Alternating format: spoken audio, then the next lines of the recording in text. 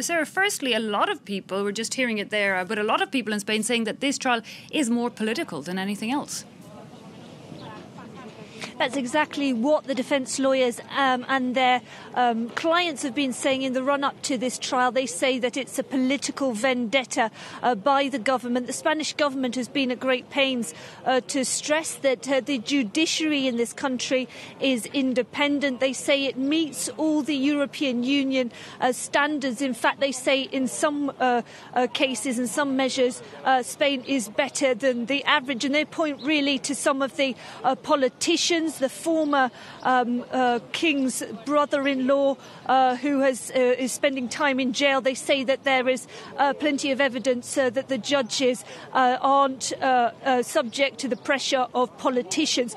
To make clear, the Supreme Court said that they would be being as transparent as possible, and they said this trial would be televised throughout its duration, which could be as long as 3 months, and then we're expecting the sentence to be delivered by those 7 judges of the Supreme Court sometime afterwards. We expect fairly quickly this morning at the Supreme Court behind me for those who have been released on custody throughout this investigation to arrive at the court, and for 9 of them who have been kept in preventative custody to be brought to the court by the police officers to face the first day of hearings, which will likely be devoted to the lawyers and those first initial technical presentations to the court.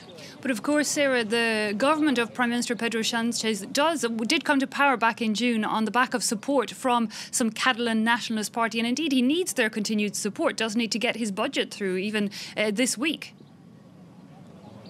Indeed he does. He has 84 seats in that 350-seater parliament, and he's been dialoguing throughout with the Catalan nationalist parties who lent him his votes to oust the Conservatives to bring him to power. And there's lots of rumours that since the nationalists may not support him at that vote tomorrow in the parliament, he may feel that he's forced into an early election. He's been very keen to talk to the Catalan nationalists. He says that all dialogue is possible within the constitution. He's ruled out delivering independence for Catalonia. He's also said there's no question of a referendum which would be outside that constitution. But clearly this trial that starts here at the court behind me could provide some future headaches for the Spanish Prime Minister.